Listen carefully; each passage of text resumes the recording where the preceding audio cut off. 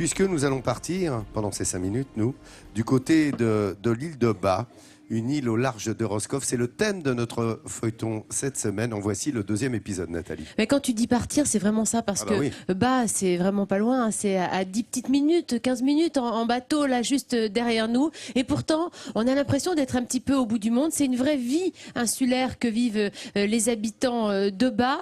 Les occupants, évidemment, de l'île sont très fiers de leur île. C'est le cas de Anne. Anne, elle tient le seul hôtel-restaurant qui est ouvert toute l'année sur l'île de Bas. Elle a un attachement presque, on va dire, viscéral, hein, à son île. Elle croit très fort à son potentiel touristique et vous allez le comprendre toute la semaine en découvrant cette île. Et chez elle, on se sent déjà comme chez soi, le dépaysement en plus. Sur l'île de Bas, l'attraction touristique est le résultat d'un savant mélange entre les richesses naturelles dont regorge le territoire insulaire et le travail quotidien effectué par certains Iliens pour valoriser ce site paradisiaque. Et ce, dès le lever du soleil.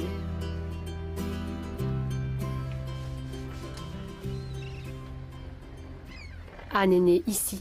Elle figure ici parmi les acteurs locaux les plus investis dans la vie de la commune. Gérante de cet hôtel-restaurant donnant sur le port de Kernog, elle a l'habitude de commencer sa journée aux aurores pour accueillir au mieux ses clients sur son île dont elle est si fière. On a un endroit voilà, privilégié, mais après, en termes d'activité économique, parce que c'est un peu mon truc, l'activité économique, je trouve qu'on a un potentiel dingue, quoi, et j'ai vraiment envie de faire découvrir cette île, quoi. Une île sur le point d'accueillir ses premiers visiteurs du jour. Le territoire insulaire est sur le point de s'éveiller. À l'horizon se présente la première navette transportant des touristes et des employés de Bas arrivant de Roscoff. À hauteur du débarcadère, au milieu de cette foule, Anne salue une de ses employées. Ça va? À tout de suite, hein. Mais surtout, elle vient récupérer de la marchandise importée spécialement depuis le continent pour ses clients. Ouais, voilà, je prends le journal, et puis après je vais récupérer mon pain. Impec. Impec. Bon, moi j'y vais. Bon, bonne journée, salut. Anne retourne immédiatement dans son hôtel et s'empresse de préparer le petit déjeuner. Les clients venant tout juste de se réveiller trouvent sur leur table du pain frais, du café chaud et le journal du jour. Le tout dans un cadre idyllique. Ces derniers sont ravis. Très bien, le petit déjeuner est délicieux. Les chambres sont très accueillantes. On a eu beaucoup de plaisir à profiter de la vue, qui est magnifique. Anne a rempli sa première mission, mais elle est loin d'avoir terminé sa journée. Pour tout dire, c'est comme qui dirait le branle-bas de combat dans l'hôtel. Merci, c'est noté en tout cas. Merci, au revoir. D'un côté, Anne doit s'occuper des quelques contraintes administratives et autres réservations par téléphone. Ouais, ça n'arrête pas, ça n'arrête pas. Du coup, il y a 2 prix Jean en plus. Et en même temps, elle doit gérer les livraisons de dernière minute attendues en cuisine. Chaque jour, elle reçoit des produits de la mer dont elle ignore la nature. 4 kg 2. 4 kg 2. 2 beaux tourteaux fraîchement pêchés. Et oui, sur l'île de Bas, le charme, c'est d'adapter la carte du restaurant à la marée. C'est toujours la surprise. Hein. Bah justement, on fait avec ce qu'il y a, quoi. Là, en ce moment, il n'y a pas beaucoup de poissons, donc c'est crabe araignée. Le menu est vraiment rythmé selon ce qu'on reçoit, quoi. Pour l'aider à gérer son hôtel-restaurant et surtout l'arrivée des clients, Anne peut compter sur Cyril, son compagnon. Le voici en train d'accompagner un couple de touristes jusque dans leur chambre. Voilà. Et si vous avez besoin de quelque chose, je suis en bas. On vous trouvera, chef. Voilà. Super, on n'a plus qu'à s'installer. Merci. Merci beaucoup. Après avoir posé leurs affaires dans ce cadre cosy où la décoration a été choisie avec soin, le couple découvre le splendide panorama qu'offre la terrasse de l'hôtel. C'est magnifique. C'est les tropiques en Bretagne. Ça donne envie de rien faire. Sur l'île de Bas, les amoureux ont trouvé leur petit coin de paradis. Et cela, ils n'hésitent pas à le dire quand ils croisent la gérante de l'hôtel. Ça fait cocon.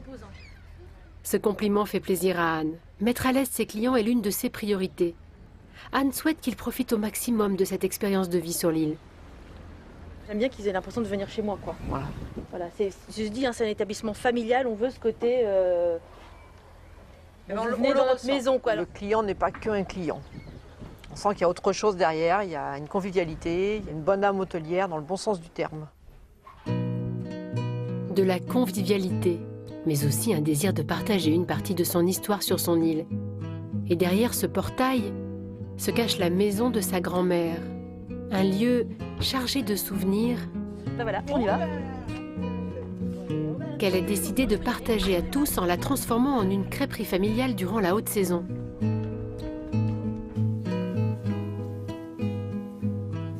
En attendant l'ouverture officielle, Anne prend plaisir à faire goûter les premières crêpes beurre-sucre de l'année à ses proches.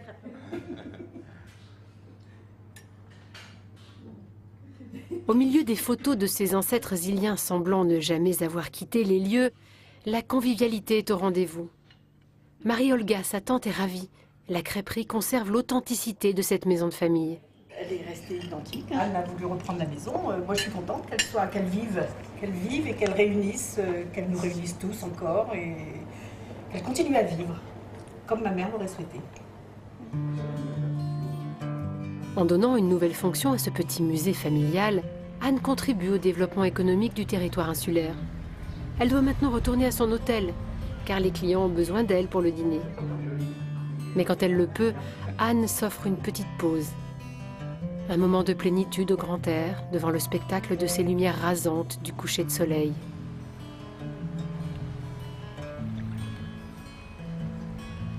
Des instants forts, chargés d'émotions qui lui rappellent pourquoi son cœur bat autant pour cette île magique du Finistère. On en redemande. Alors des nous, on couchers de était soleil scotchés comme ça. avec Bernadette. Ah oui. Franchement, on a envie d'y aller, quoi. Et comme elle dit, le temps de faire quoi? Bah rien, de profiter de cette beauté. Hein. Le temps de la contemplation. Et c'est vrai que Anne, elle tient le seul hôtel-restaurant ouvert toute l'année et elle milite pour que justement on y aille sur cette île à d'autres moments que juillet, août. Et la fréquentation, elle s'en ressentirait parce que dans l'année, en général, c'est 30 à 40 personnes, hein, ceux qui travaillent, qui vivent sur l'île, qui font les allers-retours entre Roscoff et l'île de Bas. Les beaux week-ends de printemps, alors on peut grimper jusqu'à 1000 personnes par jour. L'été, alors là, au moment les plus forts, exceptionnellement, on va jusqu'à 3000 passagers, parce qu'on le compte comme ça, hein, avec les passagers de la navette. C'est toute cette vie économique locale qui s'en ressent. Donc c'est bien qu'il y ait des commerçants, des gens comme Anne, qui sont attachés à leur île et qui essayent de la faire vivre toute l'année. Et d'ailleurs, si vous y allez sur l'île, vous allez voir que vous n'êtes pas perdu seul au monde. Hein. Il y a quand même des commerces, il y a une vie économique, il y a des petites supérettes, un bar tabac, évidemment.